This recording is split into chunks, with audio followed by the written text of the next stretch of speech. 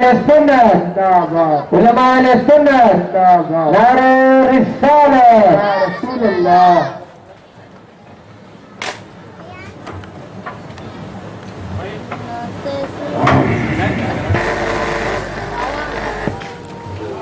عزیزان ملت اسلامیہ السلام علیکم ورحمۃ اللہ وبرکاتہ.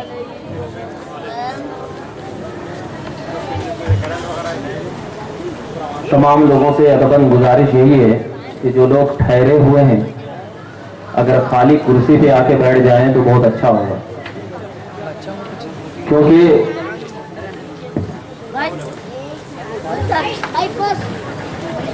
اللہ کے نبی صلی اللہ علیہ وسلم ارشاد فرماتے ہیں کہ ید اللہ علی الجماعت، یعنی اللہ کی جو رحمت ہوا کرتی ہے وہ اکٹھے لوگوں پہ ہوا کرتی ہے.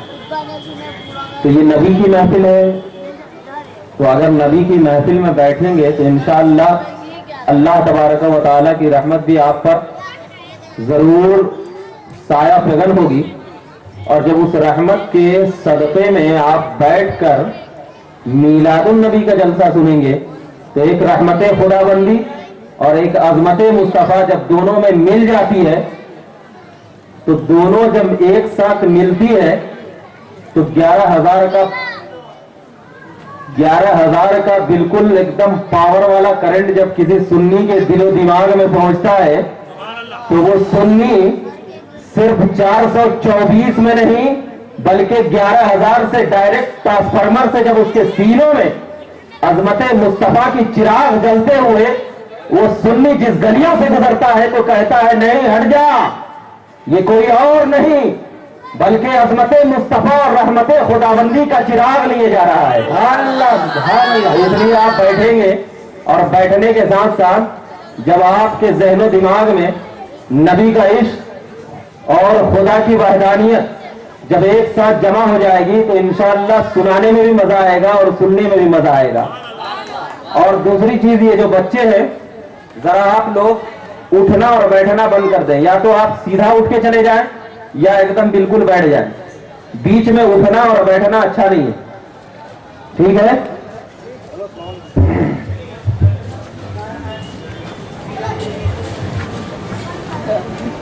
الحمدللہ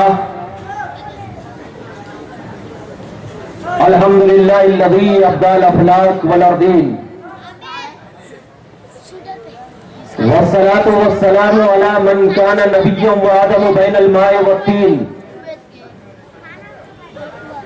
وعلی آلہ وصحابہ اجمعین.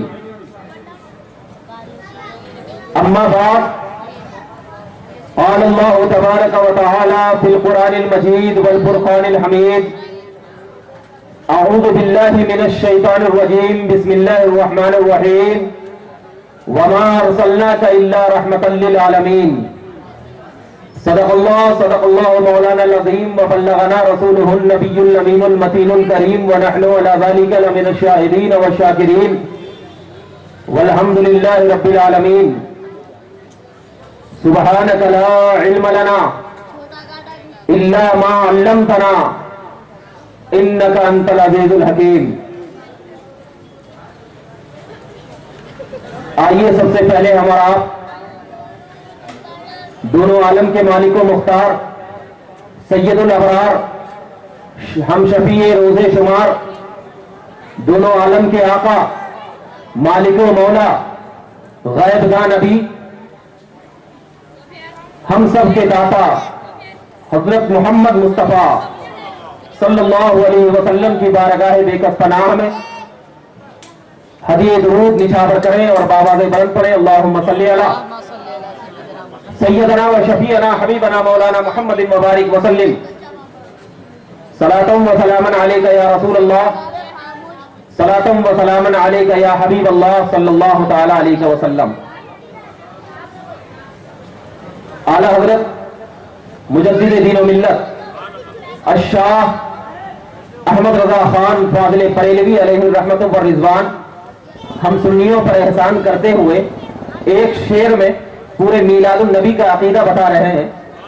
ارشاد فرماتے ہیں یا رسول اللہ زمین و زماں تمہارے لیے زمین و زمان تمہارے لیے، مکین و مکان تمہارے لیے، چنین و چنا تمہارے لیے، بنے دو جہاں تمہارے لیے، بنے دو جہاں تمہارے لیے۔ الحمدللہ میں آپ کے سامنے پہلی بار المدینہ ایجوکیشنل سوسائٹی کے زیر اہتمام جلسہ عظمت مصطفیٰ میں حاضر ہوا، جن کے بانی الحاج حضرت سید محمد عبدالعزیز خان صاحب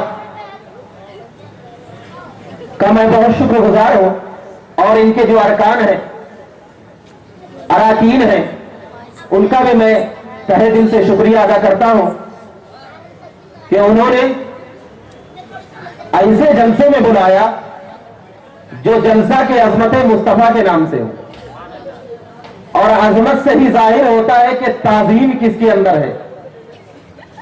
تو اسی بنیاد پر میں آپ کے سامنے جلسہ عظمت مصطفیٰ میں کلام مقدس کی مشہور و معروف آیت کریمہ کی تلاوت کا شرف حاصل کیا۔ اللہ رب العزت اپنے کلام میں ارشاد فرماتا ہے، وَمَا أَرْسَلْنَاكَ إِلَّا رَحْمَةً لِّلْعَالَمِينَ۔ اس کا تو عام طور پر آپ نے ترجمہ سنا ہوگا، وَمَا أَرْسَلْنَاكَ إِلَّا رَحْمَةً لِّلْعَالَمِينَ، اے محبوب میں نے آپ کو نہیں بھیجا، ہم نے آپ کو نہیں بھیجا الا رحمت للعالمین، صرف دونوں عالم کے لیے رحمت بنا کر، سارے عالم کے لیے رحمت بنا کر۔ اب ذرا دیکھیے یہ ترجمہ آپ کو تمام جلسوں میں جب بھی آتا ہے تو آپ کو یہ ترجمہ بالکل ایک دم سوٹیبل ہوتا ہے کہ اے محبوب ہم نے آپ کو سارے جہاں کے لیے رحمت بنا کر بھیجا۔ مگر میں 2 منٹ علماء سے خطاب کرتا ہوں، پھر اس کے بعد آپ کے سامنے آتا ہوں۔ اللہ تبارک و تعالی نے فرمایا، وَمَا أَرْسَلْنَاكَ إِلَّا رَحْمَةً لِّلْعَالَمِينَ، اے محبوب ہم نے آپ کو سارے جہاں کے لیے رحمت بنا کر بھیجا۔ تو اب جو یہ ارسلہ ہے، علماء سے خطاب ہے، پھر اس کے بعد میں آپ کو سمجھا دوں گا کہ انشاءاللہ تبارک و تعالی آپ کو بات سمجھ میں آ جائے گی۔ یہ ارسلہ عربی گرامر ہے، فعل ہے، تو جب ارسلہ فعل ہے تو اب علماء کرام فرماتے ہیں یہ ہمارے کوئی اعلیٰ حضرت نے نہیں فرمایا جس کو آپ ہم مانتے ہیں غیر نہیں مانتے، ان کو تو وہ فرمایا ہے جس کو ہم بھی مانتے ہیں غیر بھی مانتا ہے، جس کا نام امام صفوی ہے، امام خلیل ہے، امام اور دوسرے ائمہ نحو ہے۔ فرماتے ہیں یہ جو رحمت ہے، رحمت، یہ جو لفظ رحمت ہے، رحمت للعالمین میں جو لفظ رحمت ہے، یہ رحمت ارسلہ کا مفعول لہو ہے، ارسلہ کا مفعول لہو ہے۔ مطلب آپ نہیں سمجھ رہے ہوں گے، علماء جانتے ہیں کہ جب مفعول لہو ہوتا ہے تو اس کا معنی کیا ہوگا کہ اے محبوب ہم نے آپ کو صرف رحمت ہی کی وجہ سے بھیجا، ہم نے آپ کو صرف رحمت ہی کی وجہ سے بھیجا۔ یہ تو ایک ترکیب ہے، دوسری ترکیب میں بعد میں کروں گا کیونکہ میں آپ کو تبصرہ کرتا چلوں۔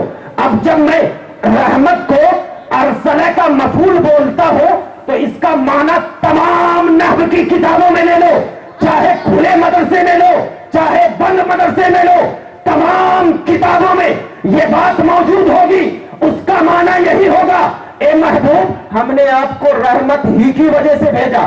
اب ذرا دیکھنا، جب اللہ تبارک و تعالیٰ نے کہہ دیا اے محبوب میں نے آپ کو صرف رحمت ہی کی وجہ سے بھیجا، تو اب جب نبی ہمارا صرف رحمت ہی کی وجہ سے آیا ہو تو اب ان کا امتی دہشت گرد کیسے ہو سکتا ہے؟ کیونکہ جب میرا نبی صرف ساری کائنات میں رحمت کو لے کر آ رہا ہو تو اب اس کا امتی جب میرے نبی کا عشق سینے میں لے کر چلے گا، اپنے نبی کی عظمت کو سینوں میں لے کر، جب مدینے والوں کی آنکھوں کا تارا، جب امتی حیدرآباد کی سرزمین پر اس فلک نما کی دھرتی پر جب اس عظمت مصطفیٰ کو اپنے سینوں میں بسا کر کسی گلیوں میں گزرے گا تو لوگ کہیں گے یہ کوئی اور نبی کا امتی نہیں ہے بلکہ وہ اسی نبی کا امتی ہے جو نبی کے صرف رحمت ہی کی وجہ سے آیا ہے۔ اللہ، نعرہ تکبیر، نعرہ رسالت، نعرہ رسالت۔ پتہ کیا چل گیا کہ میرا نبی صرف رحمت ہی کی وجہ سے آیا، میرا نبی صرف رحمت ہی کی وجہ سے آیا۔ میں ایک کال پیش کرنا چاہتا ہوں۔ آج سعودی عرب میں ایک مفتی صاحب ہیں جو کہتے ہیں کہ میرا نبی آنے کے بعد رحمت بنا۔ سعودی عرب کے ایک مفتی صاحب ہیں جو کہتے ہیں کہ نہیں، نبی جب مکہ میں آ گئے تب رحمت، نبی جب مکہ میں آئے تب رحمت۔ تو اب میں ان سے یہی کہتا ہوں کہ اگر مکہ میں آئے تب رحمت، اس سے پہلے رحمت تھے یا نہیں تھے؟ اب مجھے عبد المنان صاحب نے دعوت دیا، حضرت آپ توحید سینٹر سے ہمارے جلسے میں آئیے۔ تو میں آنے کے بعد مقرر بنا یا پہلے سے مقرر تھا؟ آنے کے بعد مقرر بنا یا پہلے سے مقرر تھا؟ اگر میں مقرر نہ رہتا تو مجھے دعوت نہ ملتی۔ مطلب یہی ہے کہ میں اس اسٹیج پہ آنے سے پہلے مقرر رہ چکا ہوں۔ تو اگر جو یہ قول کرتے ہیں کہ میرا نبی آنے کے بعد رحمت، تو میں ان سے پوچھتا ہوں آنے سے پہلے میرا نبی کیا تھا؟ آنے سے پہلے میرا نبی کیا تھا؟ ارے اللہ تبارک و تعالیٰ نے کہا، اے محبوب ہم نے آپ کو ساری جہاں کے لیے رحمت بنا کر بھیجا۔ کیوں؟ اس لیے کہ جب حضرت آدم آئے تو آپ کے رحمت کا صدقہ تھا کہ اسے صفی اللہ بنا دیا۔ حضرت نوح آئے تو آپ کی رحمت کا صدقہ تھا کہ اسے نجات دے دیا۔ حضرت ایوب آئے تو ان کو صبر عطا کیا، یہ آپ کی رحمت کا صدقہ تھا۔ حضرت ابراہیم آئے تو ان کو آگ سے محفوظ کر دیا، یہ آپ کی رحمت کا صدقہ تھا۔ حضرت عیسیٰ آئے تو ان کو مسیحیت کا چراغ جلا دیا، آپ کی رحمت کا صدقہ تھا۔ حضرت موسیٰ آئے اسے تکلم عطا کر دیا، آپ کی رحمت کا صدقہ تھا۔ میں تو آپ کی رحمت کا صدقہ حضرت آدم سے لے کر حضرت عیسیٰ تک لوٹاتا آ رہا تھا۔ ایسا نبی جب وہی نبی مکہ کی سرزمین پر سراپا رحمت بن کر 12 ربیع الاول کی صبح صادق کے وقت جلوہ نمودار ہوا، ایسی رحمت والی نگاہ تھی جو ابو بکر پہ پڑی، صدیق اکبر کا خطاب مل گیا، عمر پہ پڑی، فاروق اعظم کا صدقہ مل گیا، عثمان پہ پڑی، سخاوت کا پاسدار بنا دیا گیا، علی پہ پڑی کرامت کا حقدار بنا دیا گیا۔ ایسی رحمت جب وہی رحمت کو لے کر تمام دنیا پہ پڑی تو ساری دنیا کہنے لگی یہ ایسا نبی ہے جو مکہ میں بھی رحمت ہے، مدینے میں بھی رحمت ہے۔ نعرہ تکبیر، نعرہ رسالت، نعرہ رسالت۔ تو اب بتائیے، جب میرا نبی ساری کائنات کے لیے رحمت، میرا نبی ساری کائنات کے لیے رحمت، تو اب اسی رحمت والے نبی کی بات ہے، کسی ایسے کی بات نہیں جو ہم خاموش بیٹھ جائیں گے۔ رحمت والے نبی کی بات، جب رحمت والے نبی کی بات ہو تو یہاں پر بیٹھنے والا بھی رحمت والا ہوگا۔ کیوں؟ اس لیے کہ جو جس کے ساتھ رہتا ہے اسی کی صحبت ملتی ہے۔ اب اگر جو نبی کے ساتھ رہے گا نبی کی صحبت ملے گی۔ اسی لیے ابو بکر ایک صحبت مصطفیٰ میں بیٹھ گئے، صدیق اکبر کا لبادہ ہو لیا گیا، عثمان نبی کی صحبت میں بیٹھ گئے، سخاوت کا تاجدار بنا دیا گیا، عمر نبی کی صحبت میں رہ گئے، فاروق اعظم کا چراغ ان کے سینوں میں جلا دیا گیا، اور علی جب نبی کی صحبت میں رہے ولایت کا سردار بنا دیا گیا۔ معلوم ہو گیا جو صحبت مصطفیٰ سے ملتا ہے کسی اور در سے نہیں ملتا۔ سبحان اللہ، سبحان اللہ۔ کیوں؟ تو وہی رحمت والے نبی کی جب بات کرتے ہیں تو میں خدا سے پوچھتا ہوں، اے خدا، جب اسی رحمت والے نبی کو بھیجا تو بھیجنے سے پہلے سورہ یاسین کی آیت دیکھ، معلوم ہوگا اللہ نے کہا اذا اراد اللہ الشیء ان یقول له کن فیکون۔ جب اللہ نے کسی شے کا ارادہ کیا تو اس سے کہا ہو تو وہ شے ہو گئی، اس سے کہا ہو تو وہ شے ہو گئی۔ اب آپ کو میں بتاتا چلوں، شے کا معنی کیا ہوتا ہے؟ چیز۔ شے کا معنی ہوتا ہے چاہت، شے کا معنی چیز، شے کا معنی چاہت، اور شیئن یہ مصدر ہے اور مصدر کا معنی ہوتا ہے چاہت۔ اسی سے بنا ہے شاء یشیء، اسی سے بنا ہے شاء یشیء۔ جیسے آپ پڑھتے ہیں ان اللہ یرزق من یشاء بغیر حساب، بے شک اللہ جسے چاہتا ہے، یشاء چاہتا ہے، تو اب اسی سے شاء یشیء چاہتا ہے یا چاہے گا، اور اس کا مصدر ہے شیئن یعنی چاہت، اس کا مصدر ہے شیئن یعنی چاہت۔ تو اللہ نے کہا اذا اراد اللہ شیئا، جب اللہ نے ارادہ کیا، کیا ارادہ کیا؟ شیئا یعنی اپنی چاہت کا۔ کیسا ارادہ کیا؟ اس کے بعد کہا کن ہو جا، کن ہو جا، تو اب وہ شے ہو گئی، اب وہ شے ہو گئی۔ تو اب اللہ تبارک و تعالیٰ نے ارادہ کیا، کب ارادہ کیا؟ کب ارادہ کیا؟ میں آپ کو ایک ایگزامپل مثال دیتا ہوں۔ کوئی شخص میرے پاس آیا اور آنے کے بعد کہا مفتی صاحب ذرا آپ میرا امامہ اپنا اٹھا کر مجھے دیجئے۔ تو میں اس سے پوچھا کہ میرا جو امامہ تو لے کر جا رہا ہے اسے رکھے گا کہاں؟ اسے رکھے گا کہاں؟ تو کہے گا گھر میں رکھوں گا۔ میں کہوں گا اگر گھر نہ ہو تب؟ کہا دکان میں رکھوں گا۔ میں کہوں گا دکان نہ ہو تب؟ کہا اسٹیج پہ رکھوں گا۔ میں کہوں گا اسٹیج نہ ہو تب؟ کہا کسی اور گھر میں۔ میں کہوں گا کچھ نہیں، کچھ نہ ہو تب؟ کہاں رکھے گا؟ ساری کائنات میں کچھ بھی نہ ہو تو کہاں رکھے گا وہ چیز کو؟ کہے گا کہیں بھی رکھوں گا بس دے دو۔ میں کہوں گا کہیں نہ ہو تب؟ میں کہوں گا کہیں نہ ہو تب؟ اب ذرا دیکھ، اللہ نے کہا اراد اللہ شیئا، ایک چاہت ہو جا، ایک چاہت ہو جا، تو وہ چاہت ہو گئی۔ تو اب جب وہ چاہت ہو گئی، حدیث کہتی ہے اللہ اکبر کبیرہ اول ما خلق اللہ نوری، سب سے پہلے اللہ نے میرے نور کو پیدا کیا۔ اب میں کہتا ہوں جب نور کو پیدا کیا تو نہ زمین تھی، نہ سما تھا، نہ آسمان تھا، نہ فلک تھا، نہ جنت تھی، نہ دوزخ تھا، نہ مکان تھا، نہ برگ و ثمر تھا، نہ شجر و حجر تھا، نہ ساری کائنات تھا، کچھ بھی نہیں تھا۔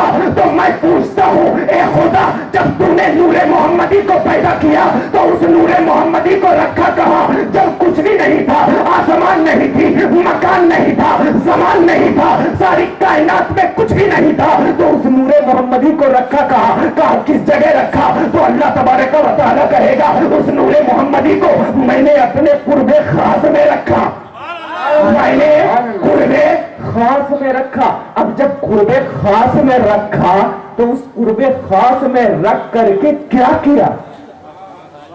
قرب خاص میں رکھ کر کے کیا کیا؟ تو علامہ امام جلال الدین سیوطی علیہ الرحمۃ والرضوان اپنی کتاب عمل المولد میں ارشاد فرماتے ہیں کہ قرب خاص میں جب اللہ نے رکھا تو نہ زمین تھی، نہ سما تھا، نہ فلک تھا، نہ سما تھا، نہ سورج تھا، نہ چاند تھا، نہ ستارے تھے، نہ شجر تھے، نہ برگ تھے، نہ ثمر تھے، کچھ بھی نہیں تھا۔ اللہ نے اپنے قرب خاص میں اس لیے رکھا کہ اے چاہت میں تجھے دیکھوں، تو مجھے دیکھتی جا، اسی میں ساری چاہت ہوتی چلی جائے۔ سبحان اللہ، نعرہ تکبیر، نعرہ رسالت۔ تو جب کچھ بھی نہیں تھا اس وقت میرے نبی کا نور پیدا ہو چکا تھا، اس وقت میرے نبی کا نور پیدا ہو چکا تھا۔ اور ایک چیز میں بتاتا چلوں، اللہ نے کیا فرمایا؟ کن، اور کن جو ہے یہ فعل امر ہے۔ فعل امر کا مطلب یہ ہوتا ہے یعنی میں کوئی شخص آیا، آنے کے بعد کہا اے بھائی ذرا ادھر آ، اور اس کا لہجہ اگر کوئی غیر ہو اے ادھر آئیے، اور اگر کوئی حبیب ہو تو اس کو کیا بولیں گے؟ ذرا تشریف لائیے۔ یہی تو لہجہ ہوتا ہے نا۔